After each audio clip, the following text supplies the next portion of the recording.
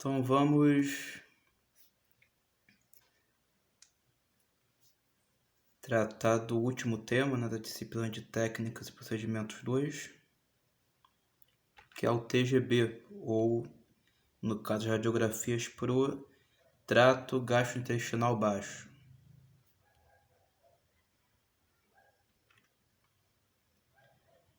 Então, primeiramente, falar do trânsito delgado, ou seriografia do intestino delgado, abreviado como CID. É o estudo radiológico contrastado específico do intestino delgado, com o objetivo de estudar a forma e a função de seus três componentes. E no caso, os três componentes vão ser o duodeno, o jejuno e o íleo. Bem como detectar quaisquer condições anormais. Como esse procedimento examina a função, o mesmo deve ter tempo controlado. O tempo deve começar a ser controlado após o paciente beber o primeiro copo do meio de contraste. Então, como você tem um estudo funcional, esse procedimento ele tem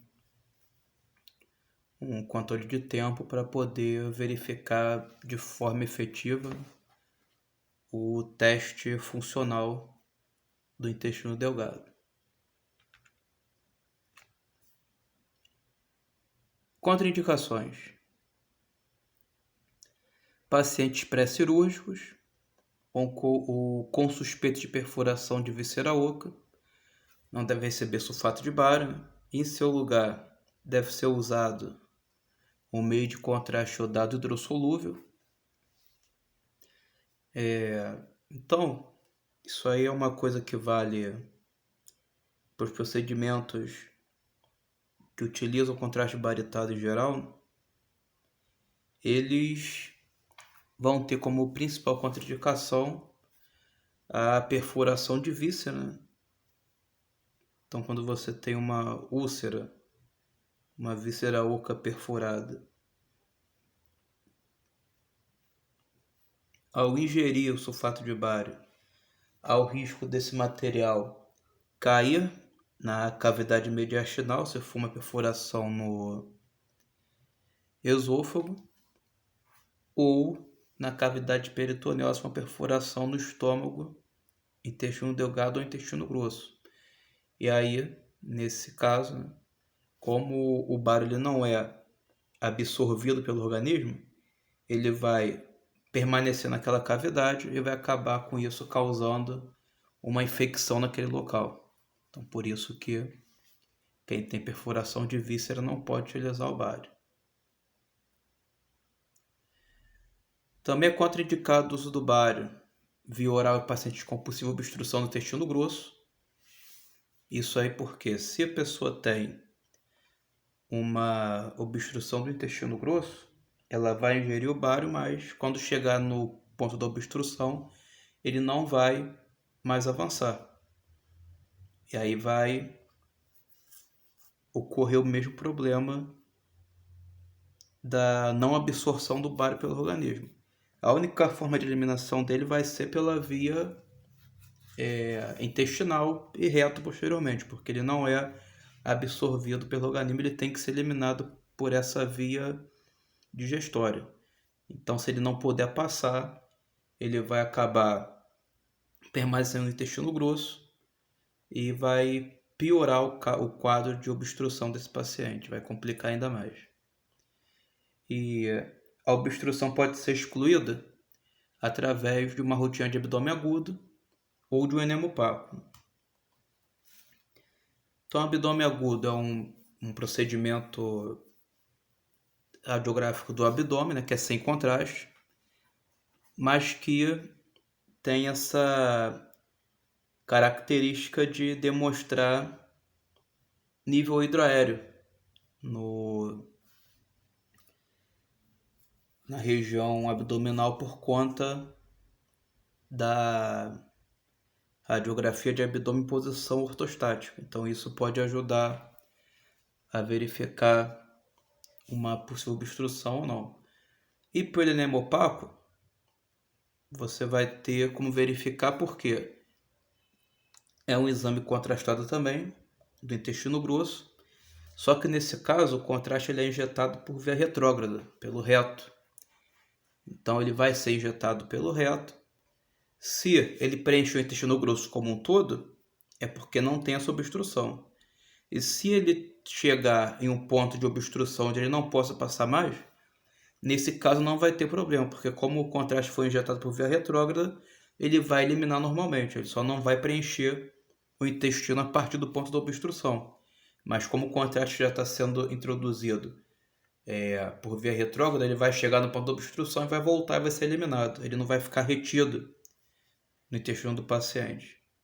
Então, por isso que com enema opaco dá para verificar se tem obstrução ou não. E se tiver, não vai ser problema porque ele vai ser eliminado da mesma maneira.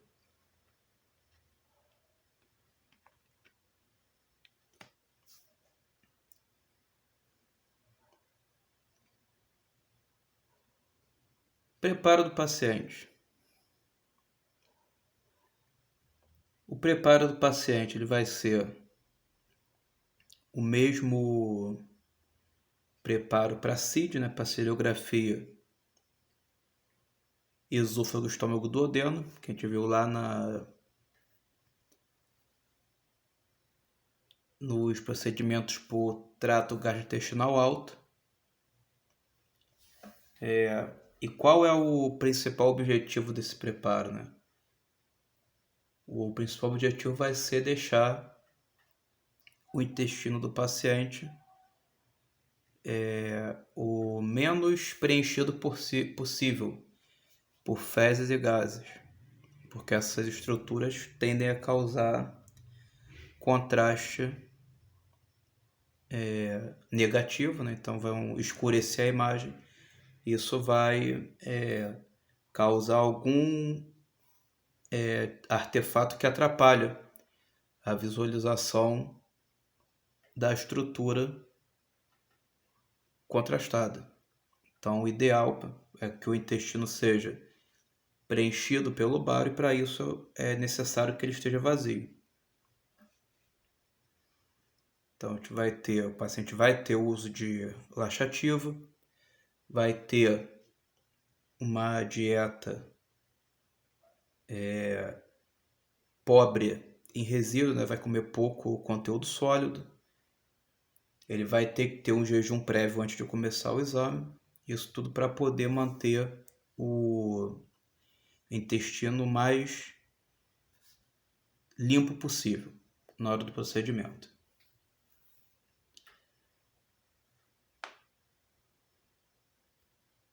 E antes do procedimento também, ele vai ser orientado a urinar para que não haja um deslocamento do ilho terminal por conta de distensão da bexiga.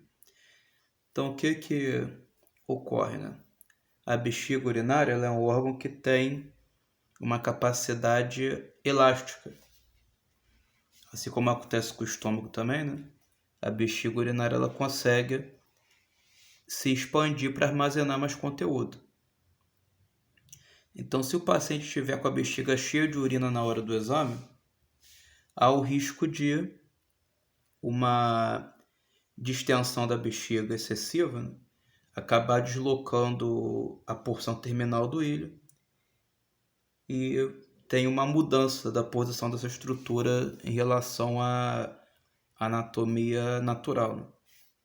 Então, por isso é indicado que o paciente vá urinar antes de iniciar o procedimento, para evitar um deslocamento que mude o ilho de posição.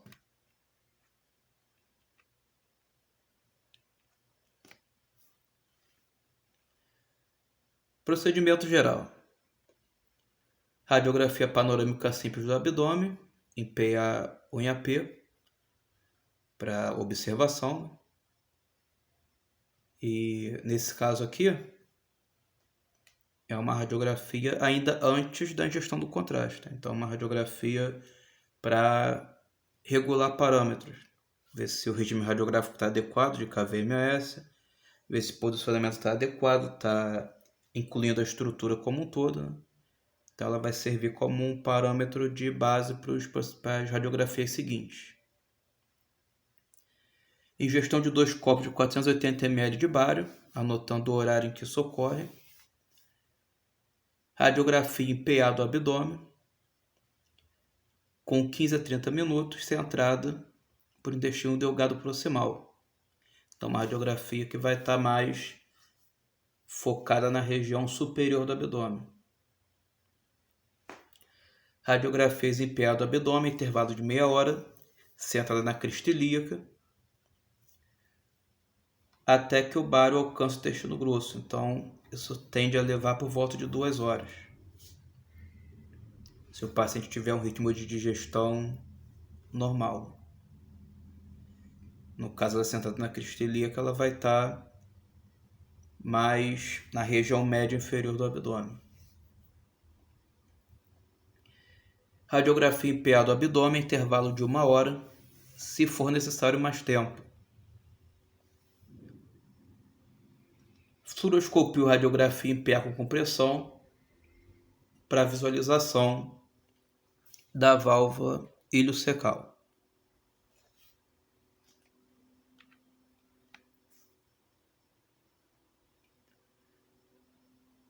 PA para trânsito delgado. Todo intestino delgado é demonstrado em cada radiografia, com o estômago incluído nas primeiras radiografias. Paciente de decúbito ventral, raio central perpendicular centralizado 5 cm acima da crista ilíaca, na primeira radiografia, entre 15 e 30 minutos, e na crista ilíaca, nas demais tomadas radiográficas. E o paciente deve estar em apneia expiratória, como é comum, né, para basicamente todas as radiografias de abdômen.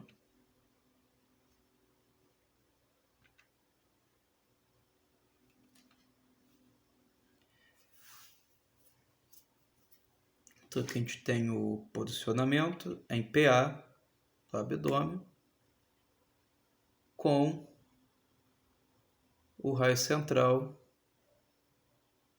centrado na crista ilíaca.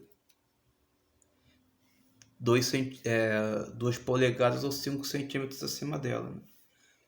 Então aqui é o procedimento de 15 a 30 minutos, a primeira radiografia, com o raio central centrado na região da crista ilíaca, cerca de 5 centímetros acima dela. Então, localizar a crista ilíaca e subir 5 centímetros para realizar a radiografia.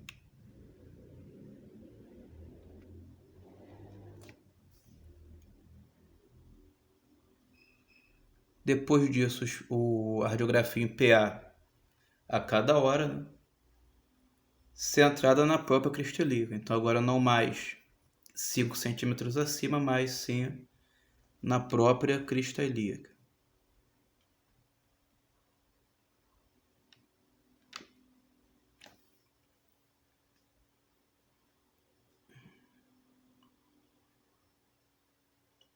Então PA com 30 minutos. A maior parte do bário localizado no estômago, duodeno e jejuno.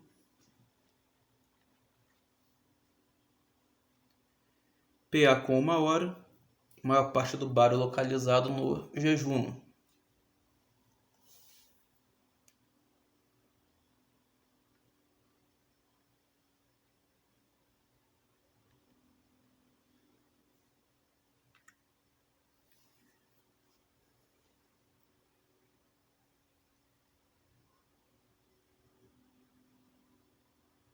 PA com 2 horas, a maior parte do bário localizado no ilho e no cólon proximal, né? Que seria o cólon sigmoide.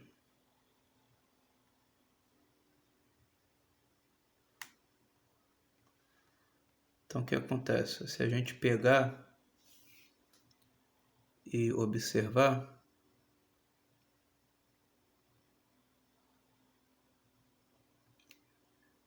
embora aqui a distinção não esteja muito clara, quando a gente fala em cólon proximal, que está dizendo aqui, né? É o cólon sigmoide, tá? O primeiro... Desculpa, falei errado aqui. Eu falei em cólon sigmoide. Eu quis dizer seco, tá? Então desconsidere que eu falei em cólon sigmoide. O correto é seco. Estou invertendo os lados aqui.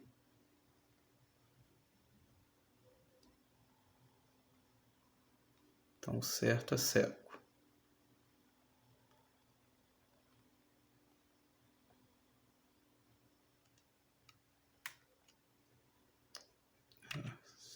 O apontador não está funcionando do jeito que eu queria. Então tá. Então vamos acompanhar a seta aqui, ó. Vou passar ela por essa região. Você vai ver que essa região aqui que onde eu estou passando o cursor, é o seco. É o primeiro segmento do intestino grosso. E o restante da área onde o bário está localizado vai ser o quê? O ilho, que é o último segmento do intestino delgado. Então, onde você tem a passagem do intestino delgado para o intestino grosso. Por isso que a gente está vendo o bário localizado nesses dois pontos.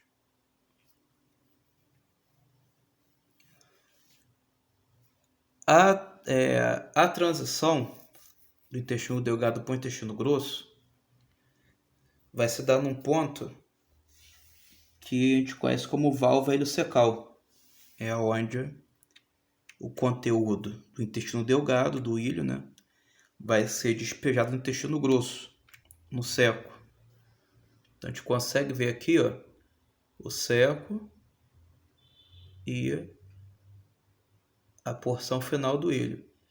E aqui a gente consegue ver o bário passando de um lugar para o outro. Essa é a válvula ileocecal, essa faixazinha aqui. Quando essa válvula ileocecal funciona adequadamente, ela não vai permitir o refluxo de conteúdo do seco para o ilho. Ela vai permitir a passagem só do conteúdo do ilho para o seco. Mas quando ela está funcionando de forma inadequada, ela permite a passagem de conteúdo do seco para o ilho, ela permite um refluxo. E essa radiografia localizada com compressão para a válvula ileocecal é justamente para verificar se essa válvula está funcionando corretamente. Com essa compressão e a radiografia localizada na válvula ileocecal, vai se observar se o conteúdo do seco está voltando para o ilho. Então, para isso que existe essa radiografia focada na válvula ileocecal, justamente para poder observar se ela está funcionando adequadamente.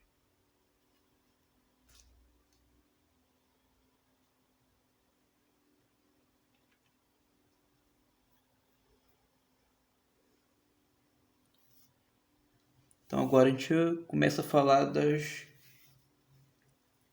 radiografias contrastadas por intestino grosso.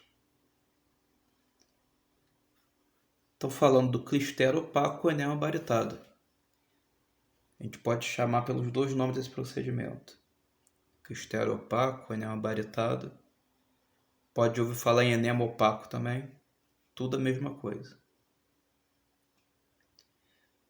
É o exame radiológico contrastado do intestino grosso, que visa estudar radiologicamente a forma e a função do mesmo, bem como detectar quaisquer condições anormais. Normalmente é utilizada uma combinação de bário e ar administrado via retal. Então a primeira diferença aqui é que a gente tem um exame que é feito com contraste injetado por via retrógrada, injetado pelo reto.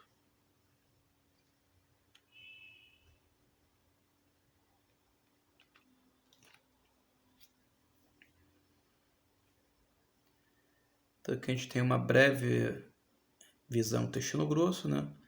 A passagem do ilho para o seco. E aqui a gente vê o intestino grosso, suas partes, né? O seco, o colo ascendente, a flexura cólica hepática, o colo transverso, a flexura cólica esplênica, o cólon descendente, o cólon sigmoide e o reto, e o ânus. E aqui no meio, o intestino delgado.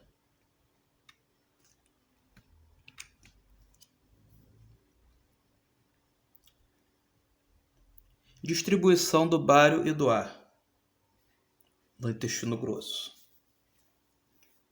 Decúbito dorsal. O ar sobe para preencher as estruturas mais anteriores, cólon transverso e alças do cólon sigmoide, e o bário desce para preencher principalmente os cólons ascendente, descendente e parte do cólon sigmoide. Em decúbito ventral, o bário e o ar invertem posições. O ar sobe para preencher agora o reto e os cólons ascendente e descendente, enquanto que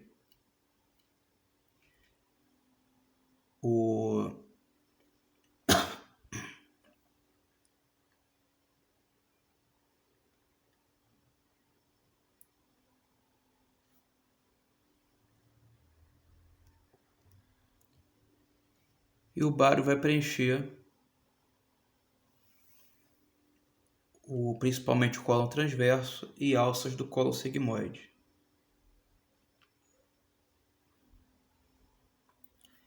Então nós vemos aqui na figura da esquerda, em decúbito dorsal, a gente tem o ar ocupando as áreas do colo transverso e colo sigmoide, enquanto que o bário está ocupando as áreas dos cólons ascendente e descendente. E no decúbito ventral, a posição inverte. O ar vai passar a ocupar as regiões dos cólons ascendente, descendente e o reto, e o bário, o cólon transverso, cólon sigmoide.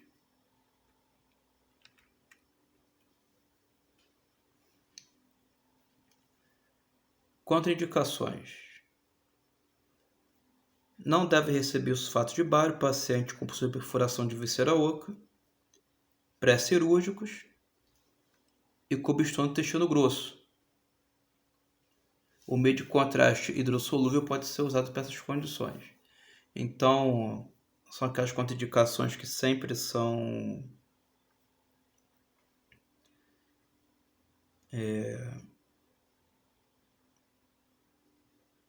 padrões, né? Perfuração de víscera, a obstrução intestinal e, no caso paciente pré-cirúrgico, é pelo seguinte, tá? É porque se a pessoa for passar por uma cirurgia posterior ao exame, vai haver o problema do bário ter um fluxo lento dentro do tubo intestinal. Então ele vai demorar a ser eliminado e o paciente que vai para a cirurgia, ele tem que estar com os intestinos preferencialmente vazios, né, ou pouco preenchido. Não pode estar com conteúdo pesado, como o bário, por exemplo. Então, se um paciente que for operar após um procedimento de enema baritado, esse exame vai ter que ser feito com contraste iodado hidrossolúvel. E aí não vai ter contraindicação para cirurgia se fizer dessa maneira.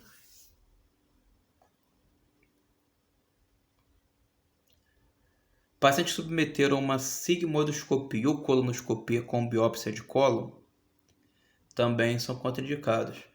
Por quê? Porque quando você faz um procedimento invasivo desse no intestino grosso, sobretudo com biópsia, ou seja, removendo uma parte da estrutura, há um enfraquecimento dessa parede da área do intestino que foi lesionada. E aí, essa área enfraquecida, submetida à pressão da instilação do contraste, pode acabar rompendo e o contraste extravasando para a cavidade peritoneal. Então, quem faz esse procedimento também é contraindicado por causa disso. E apendicite aguda, né, porque há o risco de perfuração. A apendicite em si já ocasiona o risco de perfuração, né? Então, colocando mais conteúdo no intestino, colocando um contraste, caso haja perfuração, o problema vai ser maior ainda. Então, quem está com o quadro de apendicite também não vai poder fazer esse procedimento.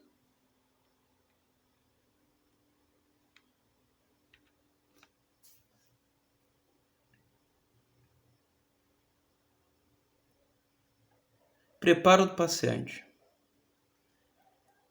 O preparo por edema baritado é um pouco mais complicado do que o preparo para os procedimentos contrastados do estômago e do intestino delgado.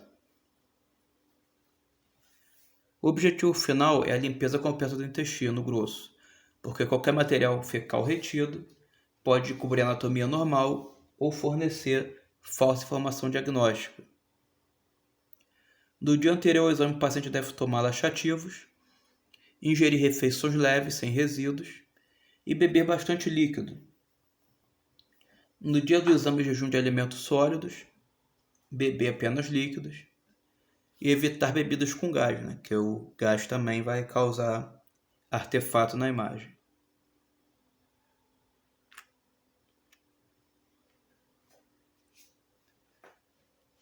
Contraindicações ao uso de laxativos, né? Ou catárticos. Sangramento macroscópico, diarreia intensa, né? Então, o que vai acontecer nesses casos em específico? Quem está com sangramento macroscópico, ao usar um laxativo que vai estimular a contração intestinal, pode acabar tendo essa hemorragia intensificada.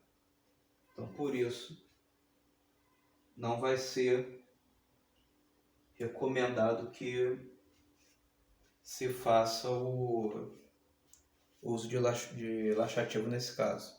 A diarreia é intensa porque o laxativo vai estimular o trabalho intestinal e quem está com diarreia intensa já está com o intestino em atividade muito grande, porque provavelmente está com ingestão de algum conteúdo alimentar tóxico, né? Ou inflamatório, então o corpo está trabalhando para eliminar aquilo ali.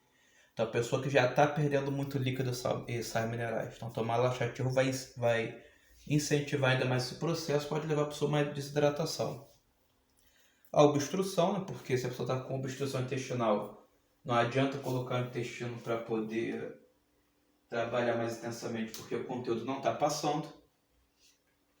E condições inflamatórias como o apendicite, por exemplo, que no caso da apendicite específico, né, você estimular a contração intestinal em um quadro inflamatório pode acabar antecipando ou estimulando uma ruptura que vai causar uma complicação ainda maior para o paciente.